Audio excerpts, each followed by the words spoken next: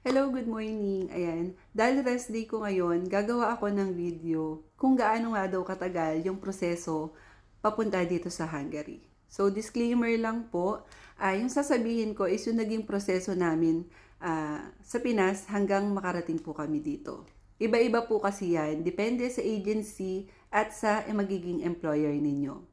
So ako po, nag-start ako mag-initial interview at exam noong June 27, 2025. Then nalaman ko na nakapasa ako noong July 1. Then after po noon, July 2, nagkaroon na rin po ako ng schedule for final interview. Kinabukasan na agad, di ba? Ang bilis. Tapos, July 3, nalaman ko na rin na nakapasa ako.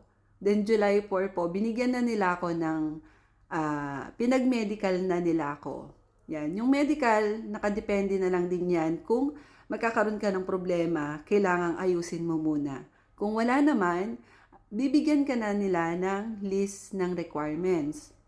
Then after nun, habang nag-ayos ka ng requirements, papipirmahan ka na rin nila ng working permit.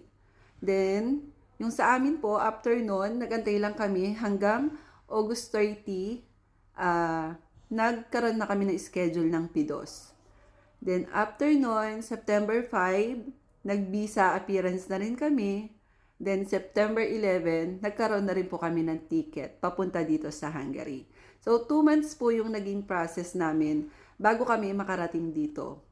Yun nga po, depende po talaga sa agency at employer. Yung iba po kasi, ang process nila is minsan 3 months to 5 months. Minsan 2 to 4 months. Ayan, nakadepende po talaga yon sa employer.